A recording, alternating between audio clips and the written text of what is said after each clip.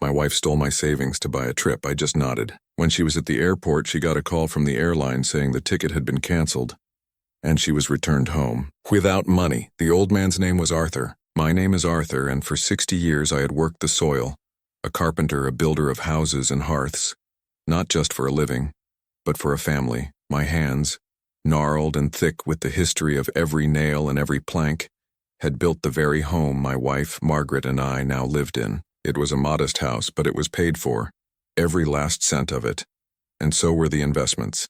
The small nest egg I had carefully cultivated over the decades. I was a simple man, maybe, but I wasn't a fool. I had been planning for our twilight years, for a peaceful, comfortable retirement filled with the simple joys, a quiet morning with a cup of coffee on the porch, watching the sunrise, a trip to the local fishing hole, perhaps a drive out to see the ocean we had always talked about visiting.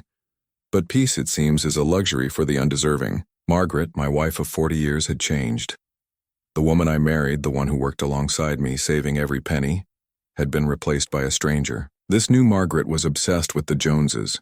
She yearned for a life of luxury, for exotic vacations she saw on television, for designer clothes and expensive jewelry. She spoke of our life as a burden, of me as an old man who was holding her back. Her words were daggers, but I was a man of patience. I had endured her subtle jabs, her snide comments about my simple tastes and worn-out clothes.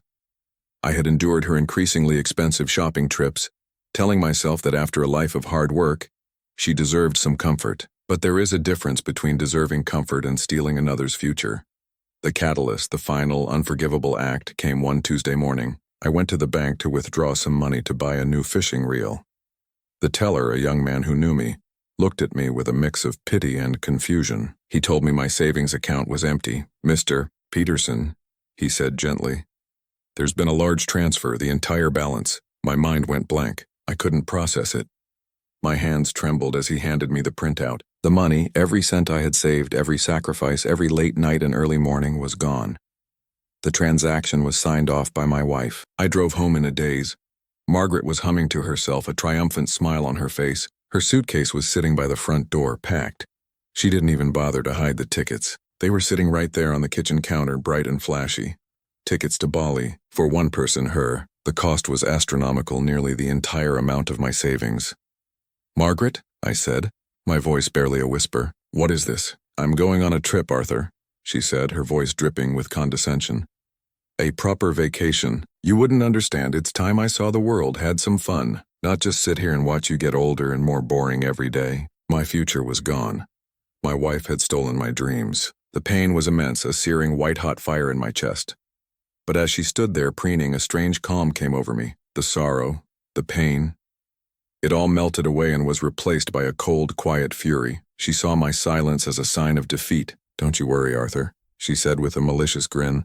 "I'll be back in 2 weeks. Maybe you'll have found some money by then. A truly unforgettable one."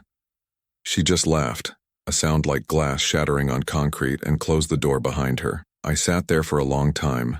The silence of the empty house, a stark contrast to the turmoil in my mind. She thought I was a fool, a simple old man she could easily discard. She was wrong. She had seen my grief as weakness, my patience as naivety. But she had mistaken my silence for acceptance. It wasn't, it was the calm before the storm. She didn't know that my life as a carpenter and builder had taught me more than just how to work with wood. It had taught me about foundations. It had taught me that sometimes you have to tear down the rotten parts to build something new, something stronger. I had to let her go, let her get to the airport. I needed her to believe she had won. But what she didn't realize was that I wasn't a builder anymore. Today I would be a demolisher. And I had a new blueprint. The silence in the house was no longer hollow. It was a canvas on which I began to paint. Margaret, in her arrogance, had left me with a broken life. But she had also left me the blueprints to her undoing. She was so convinced of her victory, so focused on her escape, that she hadn't noticed the subtle shift in my demeanor. She was so busy looking forward to her tropical paradise.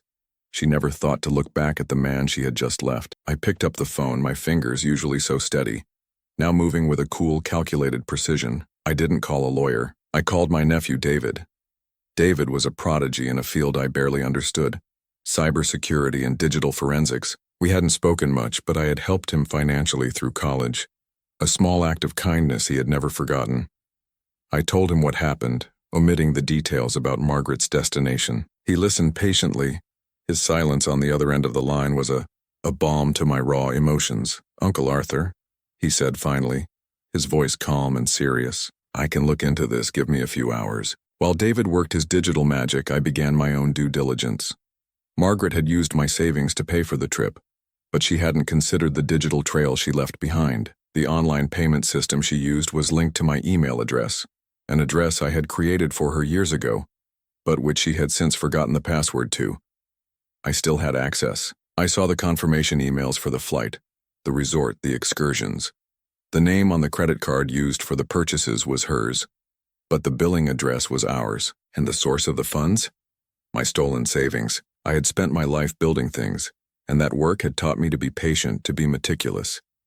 I had a strong sense of self-worth and a profound sense of justice. What Margaret had done was an unforgivable act of betrayal, a theft of not just money but of my sense of dignity. She saw me as a fool, but I was the one who had spent a lifetime building things from scratch, and in doing so, had learned to see the weak spots, the vulnerabilities, the places where a structure was most likely to fail. Later that afternoon, David called back. "Uncle Arthur, I have everything you need," he said, his tone one of grim satisfaction. "The booking information, the flight number, the credit card details, even the IP address she used to book the trip." He had also discovered something else. It seems the company she booked through is a small, relatively new travel agency. They're not a big corporation. That was all I needed to know.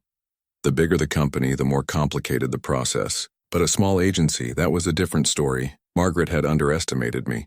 She saw an old man and nothing more, but I saw a woman who was about to learn a harsh lesson.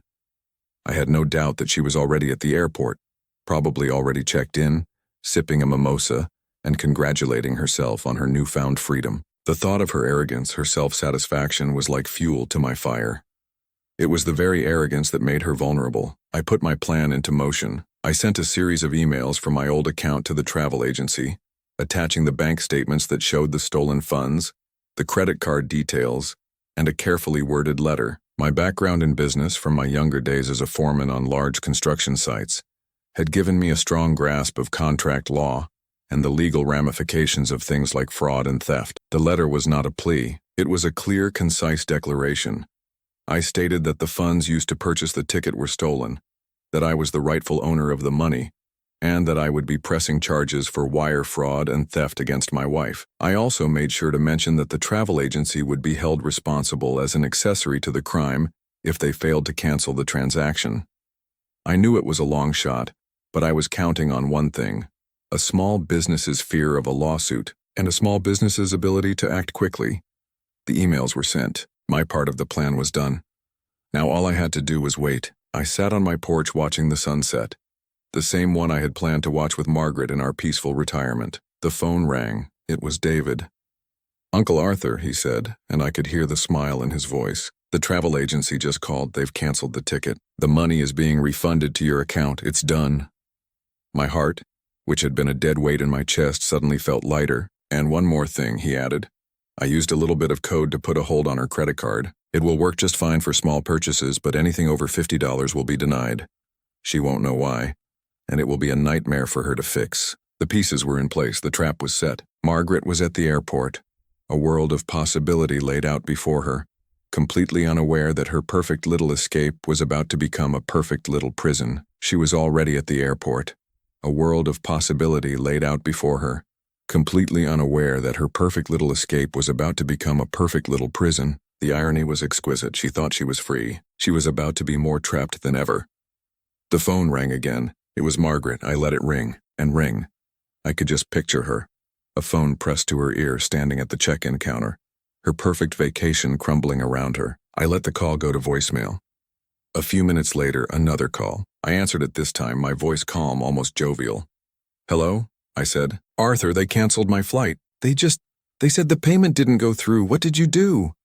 Her voice was a hysterical shriek, a far cry from the smug, condescending tone she had used just a few hours before. "Oh, Margaret," I said, my voice full of false sympathy.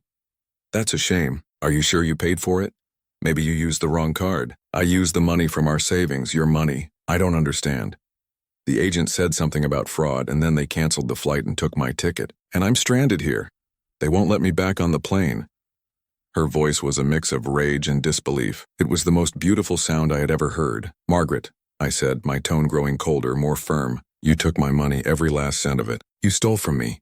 You stole my future. You thought I was a fool, a tired old man who would just roll over and let you walk all over him. You were wrong. It was my money too," she insisted, the desperation in her voice now palpable. "No, Margaret, it was not. It was the money I earned, the money I saved, the money you stole. The travel agency was informed of the fraud, and they did the right thing. They canceled the ticket and refunded the money. I suggest you find your own way home." She had nowhere to go, no money to get there. Her credit card was effectively useless for anything more than a bus ticket. She was at the airport alone, without a home, without money, and without a future. I didn't just want to take away her trip. I wanted to teach her a lesson. I wanted her to feel the very helplessness and despair she had inflicted on me, and she did. Margaret had to beg a stranger for a ride home. She arrived on my doorstep hours later, her eyes red, her face streaked with tears and dirt, her pristine designer clothes looking crumpled and ridiculous. She was a different person from the arrogant woman who had left that morning. This Margaret was a broken shell. She stood there, defeated, her mouth working but no words coming out. I just looked at her and the pity was gone. It had been replaced by a quiet, profound sense of peace. I had won, but it wasn't about winning. It was about dignity. It was about showing her and myself that I was not a victim. I was a survivor. "Margaret," I said, my voice gentle but firm, "you made your choice. You stole my life from me. Now I'm taking mine back." She shrieked. She cried. She pounded on the door, but I didn't open it. I had already made a call to a friend who was a real estate agent. The house, our home, was already on the market. I wasn't going to live in a house that was a monument to her betrayal. I was going to sell it and use the money, my money, to finally build the life I had always wanted. Margaret was left with nothing. The money was gone. The house was no longer hers. Her credit card was frozen.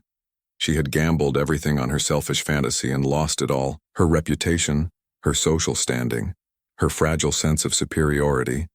All of it was gone. She was finally on her own, and she was terrified. I watched from my window as she finally gave up and walked away. A solitary figure disappearing into the darkness. I had nothing left to say to her. My life was starting anew. I had a new blueprint, and this time it was for me. I sold the house for a fair price, and with the money I bought a small cottage by the sea. I reconnected with old friends, and I found joy in the simple things once more. I had my dignity back. I had my future back. And Margaret? I never saw her again, but I often imagine her. A broken woman wandering the world she so desperately wanted to see, with nothing to her name but the memories of her own greed. And sometimes I smile.